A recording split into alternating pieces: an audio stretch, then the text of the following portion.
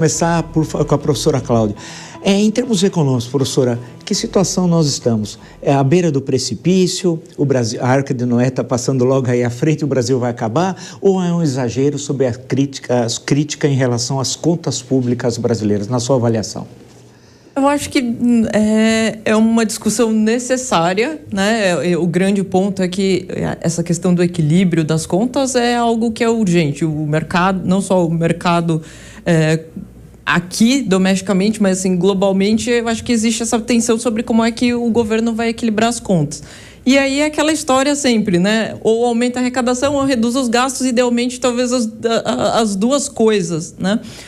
Só que a gente tem, talvez, esse governo com uma postura social e tudo mais, e que a discussão tem sido muito mais sobre a arrecadação, né? Na ponta da arrecadação. Parte da discussão que a gente teve hoje, inclusive, com o ministro Haddad no Congresso, era justamente sobre todas as áreas fazerem algum saneamento de contas. Então, a questão se...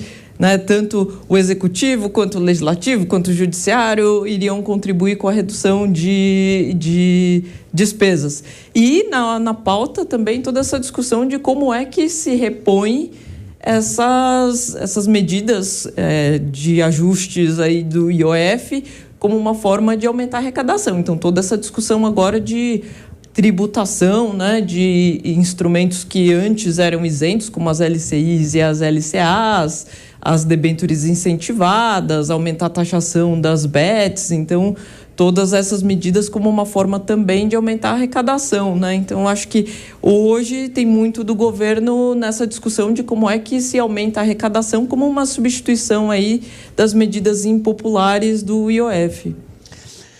Rafael, como é que nós ficamos frente a algumas das questões levantadas pela Cláudia, que é no campo político? Ou seja, como é possível, Rafael, fazer uma discussão tão complexa como essa, quando hoje nós vimos um chamando o outro de mentiroso e o outro chamando o outro de moleque? Como é possível avançar numa questão tão complexa, tendo um parlamento como nós temos hoje?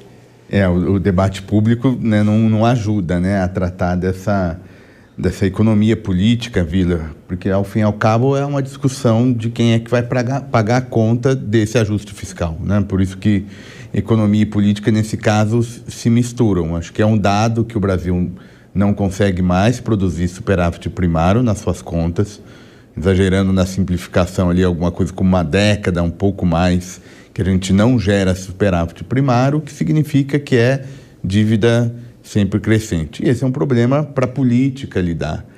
E a gente vive numa era que não é das mais virtuosas, né, do ponto de vista do sistema político partidário, para lidar com esse debate, né? Tanto a perna de um incremento da arrecadação não conta mais com apoio, pelo menos da maioria, né? Pensando nessa atual legislatura, todas as vezes que o governo tentou, ainda teve ali um breve período que conseguiu alguma coisa no primeiro ano do mandato do terceiro governo Lula, mas paulatinamente essa agenda foi perdendo força e aí hoje é muito difícil fazer a arrecadação. O governo tentou alguma coisa unilateral, que foi o decreto do IOF, e ainda assim muito questionado, recua, faz uma medida provisória, mas a gente acabou de ver na matéria o Hugo Mota dizendo que nem esse compromisso tem. Isso porque a reunião foi num domingo na casa dele e supostamente ficou mais ou menos acordado esses termos, de tal sorte que em algum momento um problema vai se tornar meio insolúvel, né? Essa ideia do governo conseguindo, não mexo no estrutural e vou tratando de alguma coisa caso a caso, pensando no ano posterior, mas os cálculos estão dizendo que a partir de 27 vai ficar difícil fechar essa conta. Passo a palavra agora para o Fábio Jambiage, economista. Muito obrigado por ter aceito o nosso convite, Fábio. Justamente sobre essa questão, sobre as contas públicas. A questão sempre é uma situação difícil que o país vive. Nós já discutimos em outras edições aqui do Visão Crítica, Jambiage, a situação brasileira. E a primeira, se de um lado nós estamos falando como recolher mais tributos, de uma forma até um pouco vulgar que eu estou apresentando, do outro lado fala-se a necessidade de cortar gastos. Como é que fica isso? Cortar o quê? Eu sei que é uma discussão ampla, mas antes de pensar no cortar o quê, eu vou ficar na questão de arrecadação. Qual é a sua avaliação de toda essa polêmica sobre o IOF? Minha avaliação é que nós, economistas, temos que tentar nos afastar um pouco dessas emoções do campo político e olhar para os números, tá?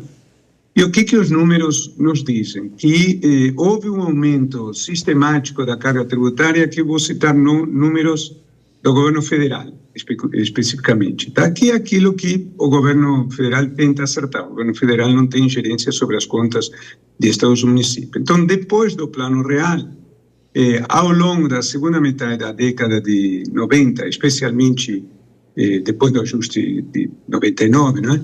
Houve um forte incremento da arrecadação que se manteve nos primeiros anos do governo Lula até a altura aí de 2007, 2008, quando foi o auge daquele processo do boom das commodities, etc, etc. Então, naquele pico, a receita do governo federal chegou a atingir um pico de 23% do PIB. Depois, caiu por uma série de contingências, tá?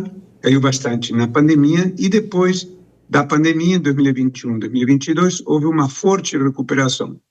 Por uma coincidência, em termos de percentual do PIB, o número do último ano do governo Bolsonaro foi 23% do PIB, exatamente idêntico ao daquele ponto máximo de 2007.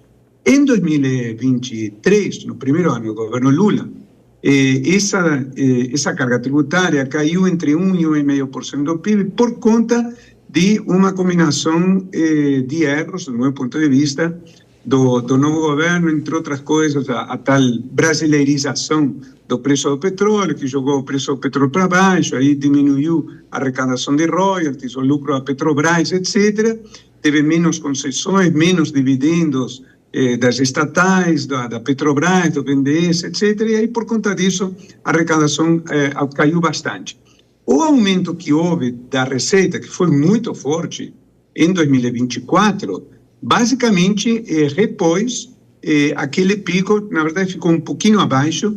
O número de 2022 foi 23,0% do PIB, o número de 2024 foi 22,8% do PIB, ou seja, houve uma forte recuperação em relação a 2023 e ficou muito próximo do nível de 2022. Só que o gasto aumentou em relação a 2022. Então, se criou um buraco no chamado resultado primário, que é aquilo que se obtém comparando receitas e despesas, mas não considerando os juros.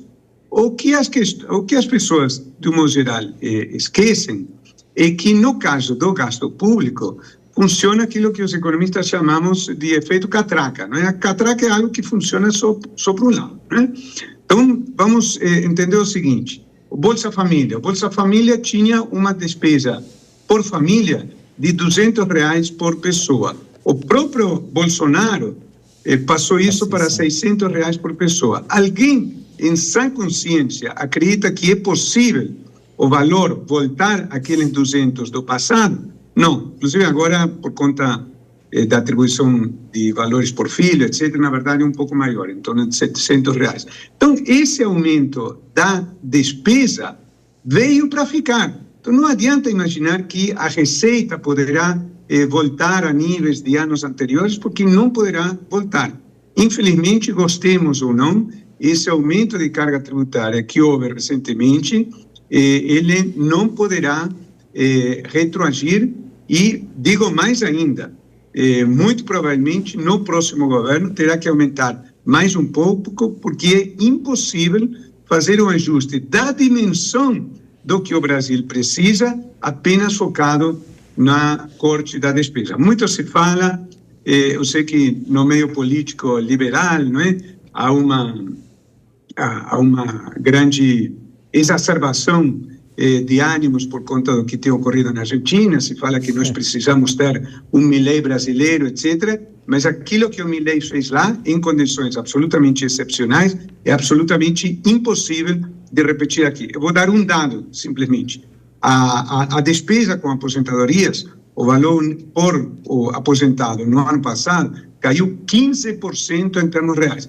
Mesmo quem ganha o mínimo. Alguém acredita que no Brasil é social e politicamente viável, aceitável, fazer um corte dessa dimensão em cima das aposentadorias é absolutamente impossível. Então, nós precisamos colocar essa bola no chão. Entendo que, à medida em que a gente se aproxima do ano eleitoral de 2026, isso é cada vez mais difícil, mas em 2027, a expressão que eu tenho usado é: nós temos um encontro marcado com a verdade, qualquer que seja o vencedor do pleito eleitoral do ano que vem.